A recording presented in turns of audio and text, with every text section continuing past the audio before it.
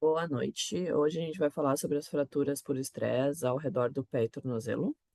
O conceito e a fisiopatologia das fraturas por estresse mudaram drasticamente nos últimos anos. A associação tradicional entre esses distúrbios e atletas de alto rendimento, principalmente mulheres, é insuficiente para explicar o complexo universo do que hoje é considerado uma síndrome de sobrecarga.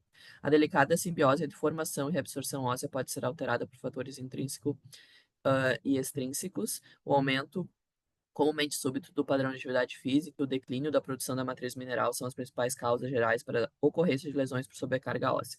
Essa definição, portanto, incorpora tanto o esportista profissional em plena temporada, o indivíduo sedentário que inicia a prática esportiva, quanto o paciente idoso com estoque esquelético muito baixo. O aumento não gradual da demanda mecânica sobre o tecido ósseo, geralmente associado a ciclos repetitivos e a um curto período de repouso, causa microlesões que excedem a velocidade basal de cicatrização corporal. A interferência de um ou mais fatores do metabolismo esquelético nessa resposta pode ser o fator desencadeante da lesão. A reação ao estresse exagerado na região aumenta a atividade osteoplástica, superando a produção osteoblástica e fragilizando a estrutura. Normalmente, as cavitações formadas pelos osteoclastos são preenchidas com osso novo pelos osteoblastos, um processo de remodelação que pode durar de 2 a 8 meses. Os primeiros 10 a 14 dias são caracterizados por fragilidade óssea, dado o período de latência entre a reabsorção e a formação óssea. A continuidade do estímulo mecânico causa microfraturas nas trabéculas que podem coalescer e formar uma fratura macroscópica. O tecido esquelético é um organismo que sofre constante influência biológica de outros sistemas, além de interagir diretamente com a estrutura muscular tendinosa e ligamentar local. Assim, diversos agentes podem estar envolvidos no desenvolvimento de uma lesão por sobrecarga óssea. Evidentemente, fatores como regime de treinamento, superfície e equipamentos estão diretamente relacionados à condição, anormalidades na marcha, erros de gestos esportivos, deformidades como pé plano, pé cabe, insuficiência do primeiro raio também foram associados à condição, na tentativa de justificar pontos de hiperpressão. A reserva biológica do indivíduo desempenha papel fundamental nessa gênese, não apenas pela contribuição cicatricial, mas também pelo reparo neuromuscular. A musculatura tem a capacidade de separar e equilibrar forças que atravessam regiões anatômicas. Indivíduos com despreparo atlético ou idosos com sarcopenia são considerados populações de risco para fratura por estresse. A vitamina D atua na absorção do cálcio intestinal e no seu transporte para tecido ósseo, a diminuição da exposição solar na população adulta urbana, principalmente nas regiões subtropicais, diminui a biodisponibilidade de sua forma ativa, doenças gastrointestinais e cirurgias de ressecção do trato.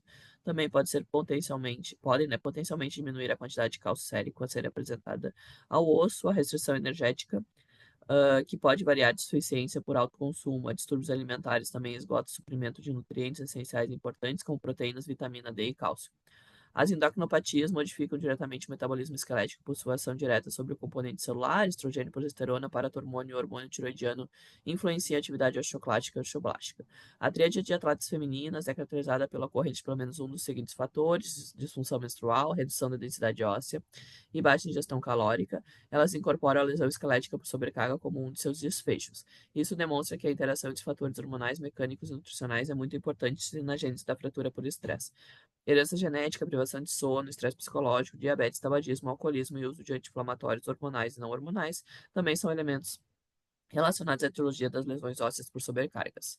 Mesmo na população de atletas profissionais, as fraturas por estresse podem ser difíceis de diagnosticar, elas representam até 20% das queixas de um serviço especializado de atendimento ortopédico. Comumente, os pacientes se queixam de dor difusa sobre a região topográfica, geralmente no início ou no final da atividade física, que se torna mais localizada com o tempo. O repouso geralmente melhora a queixa da dor, uma anamnese completa deve ser realizada, incluindo perguntas sobre histórico de lesão por sobrecarga, regime de treinamento atual, mudanças na técnica ou no equipamento, ingestão calórica, exposição solar e condição hormonal menstrual. Essas lesões devem sempre ser consideradas no tratamento de queixas musculoesqueléticas, principalmente no cenário esportivo, devido à negligência habitual dos pacientes e à sua altíssima morbidade relacionada à sua evolução natural. O exame físico deve contemplar a busca por deformidades, alterações na marcha, limitações de movimento, avaliação direcionada baseada na presença de dor à palpação, apresentar alta sensibilidade e baixa especificidade. Edema e outros sinais inflamatórios também podem ser encontrados. Em casos mais avançados, calo ósseo pode ser palpado durante o exame. Pacientes com hipótese de fratura por estresse devem ser submetidos à avaliação radiográfica. Essa avaliação é importante não apenas para a confirmação do diagnóstico, mas para a exclusão de diagnósticos diferenciais, estadiamento da lesão, prognóstico e planejamento terapêutico. Na suspeita clínica de fraturas de alto risco, o estudo de imagem é obrigatório. Radiografias com apoio de peso da região afetada em pelo menos 3 projeções, mesmo sem boa especificidade, identificam deformidades e características anatômicas que podem predispor ao paciente a uma lesão por sobrecarga. e mais compatíveis com fratura por estresse geralmente são vistas apenas 2 a 4 semanas após o início da condição e são caracterizadas por áreas de radiolucência que podem ser delimitadas por ósseo esclerótico. Apresentações tardias podem demonstrar linha de fratura em tentativas de consolidação do calo ósseo. A ultrassonografia desempenha um papel na investigação de possíveis diagnósticos diferenciais, em particular tendinopatias, lesões musculares e síndromes compressivas vasculares. A tomografia computadorizada convencional tem sua utilidade restrita a casos em que a ressonância magnética é contraindicada. Imagem de tomografia computadorizada com apoio de peso por feixe cônico pode proporcionar uma avaliação mais completa do alinhamento do paciente. A cintilo antes, um exame essencial, é agora reservado apenas para casos específicos. O exame padrão ouro para estudo da fratura por estresse é ressonância magnética. O exame apresenta alta resolução, capacidade de confirmar a lesão e excluir outras, além de não oferecer radiação ionizante. Os achados podem ser identificados precocemente até 1 ou 2 dias do início dos sintomas. Alterações endoteliais, reações paroxiais e edema de medula óssea podem ser encontrados. Esse último, também chamado de reações de estresse por alguns autores, deve ser interpretado com cautela, pois em indivíduos assintomáticos, né, estão relacionados à simples resposta fisiológica do osso ao exercício. A ressonância magnética auxilia no estadiamento da fratura por estresse e nos seus planos de tratamento. Uma avaliação laboratorial adequada desses pacientes geralmente envolve a solicitação inicial da dosagem sérica de vitamina D, cálcio, paratormônio e hormônios tiroidianos. Outro exame específico, como estrogênio, progesterona e albumina, deve ser solicitado em pacientes com suspeita clínica de endocrinopatias ou alta recorrência de fraturas por estresse. Marcadores de turnover ósseo, como o IGF-1 e outras citocinas, são atualmente experimentais, mas podem representar uma alternativa futura. Doenças reumáticas podem se manifestar principalmente na região do pé e tornozelo, por meio de dor associada à inflamação leve ou moderada no local. Isso pode se estabelecer na região dorsal do antepé, mimetizando a clínica de uma fratura por estresse do metatarso, como artrite reumatoide, no território do retropé, confundindo-se com uma fratura por estresse de calcâneo, doença de Reiter, espondilite anquilosante, ou na região dos sesamoides, assemelhando-se a uma fratura por estresse desses ossos, como gota e pseudogota. A síndrome da distrofia simpática reflexa ou síndrome da dor regional complexa pode ter apresentação clínica semelhante em casos selecionados. Pacientes neuropáticos, especialmente diabéticos, devem sempre ser investigados para a possibilidade de artropatia do sarcoma. Infecções superficiais, tendo sinovite infecciosa, celulite, erisipela e as profundas, como osteomielite infecciosa, precisam ser consideradas, particularmente em pacientes imunossuprimidos, que podem apresentar uma clínica infecciosa leve. Neoplasias musculoesqueléticas também podem apresentar achados de imagem que os confunde com uma fratura por estresse. Dependendo da topografia da fratura por estresse, outras condições devem ser sempre consideradas. Na perna, a lesão por sobrecarga tibial deve ser confrontada com síndrome compartimental crônica, lesão muscular e vasculopatias, como compressão da artéria poplítea no arco solear, trombose venosa profunda, entre outras. No calcâneo, fasciopatia plantar, síndrome do túnel do tarso e tendinopatia insercional devem ser excluídas. Artrite talonavicular e doença de Miller-Weiss são possíveis diagnósticos na análise de uma fratura por estresse do navicular. Tendinopatia fibular de longo prazo e fratura do osso peroneal são possíveis se houver suspeita de uma fratura por estresse no cuboide. No antepé, outras causas de metatarsalgia, lesão da placa plantar, neuroma de Morton, osteocondrite de Freiberg e tenossinovite dos extensores são diagnósticos diferenciais de fratura por estresse do metatarso. Para a fratura por estresse sesamoide, a presença de um hálux rígido, sesamoidite, lesões osteocondrais e tendinopatia dos flexores do hálux precisam ser excluídas. As fraturas por estresse podem ser classificadas de acordo com seu prognóstico, em baixo e alto risco, as características anatômicas, vasculares e biomecânicas de cada osso ou da região óssea, bem como o curso clínico de sua fratura, a definem para esses estágios. A graduação das lesões de acordo com os achados da ressonância de Frederickson et al., conforme tabela 1, sugere que o tratamento dos graus 1 e 2 é conservador, com menor tempo de evolução, 6 a 8 semanas. Os graus 3 e 4 seriam o tratamento mais agressivo, devido ao maior tempo de consolidação, 20 semanas. Essa classificação inspirou outros autores a incorporar novas sequências na ressonância, conforme tabela 2, para estadiamento e predição do tempo de consolidação.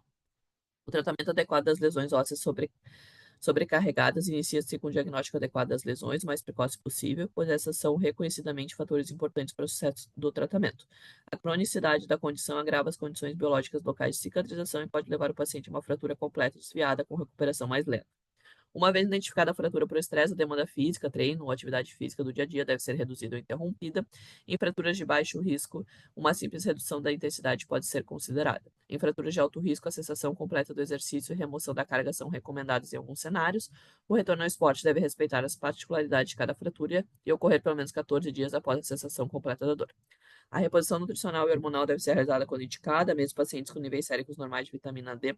Recomenda-se 800 unidades internacionais de vitamina D3 por dia, né, 2.000 em pacientes de alto risco. Em caso de deficiência mais grave, essa dose pode ser aumentada. A inclusão de 2 gramas de cálcio na dieta é recomendada por alguns estudos, número que deve ser maior se houver deficiência desse mineral. O uso de medicamentos ativos no metabolismo ósseo, como bifosfonados e teriparatida, não tem respaldo científico nem aprovação de agentes reguladoras para o tratamento de fraturas por estresse. Analgésicos podem ser usados sob demanda. O uso de anti-inflamatórios deve ser evitado devido ao seu potencial de prejudicar a cicatrização do tecido ósseo. Oxigênio hiperbárico, plasma rico em plaquetas, proteínas morfogênicas ósseas, ultrassom e terapia por onda de choque apresentam relatos de bons resultados, mas carecem de respaldo na literatura. A ingestão de calorias e proteínas precisa ser corrigida quando insuficiente. Doença sistêmica e outros fatores que podem contribuir para a síndrome, como privação de sono e estresse psicológico, precisam ser gerenciados adequadamente. Tanto na prevenção primária quanto na prevenção de recaídas, a vigilância esportiva é fundamental. As atividades físicas devem ser sempre que possível ser supervisionadas por educador físico qualificado e realizadas de forma gradual e com períodos de descanso adequados. A correção de erros de gestos esportivos equipamentos e locais de treinamento são fundamentais. É claro que o bom controle dos fatores corporais e nutricionais desempenha um papel crucial na profilaxia de lesões por sobrecarga. A injeção diária de 2 gramas de cálcio e 800 unidades de vitamina 800 unidades internacionais de vitamina D é considerada por alguns estudos uma boa medida de proteção. Essa foi a primeira parte do capítulo 50 do Food and Ankle Disorders, do Emílio Wagner. Semana que vem temos continuação desse capítulo. Uma boa noite.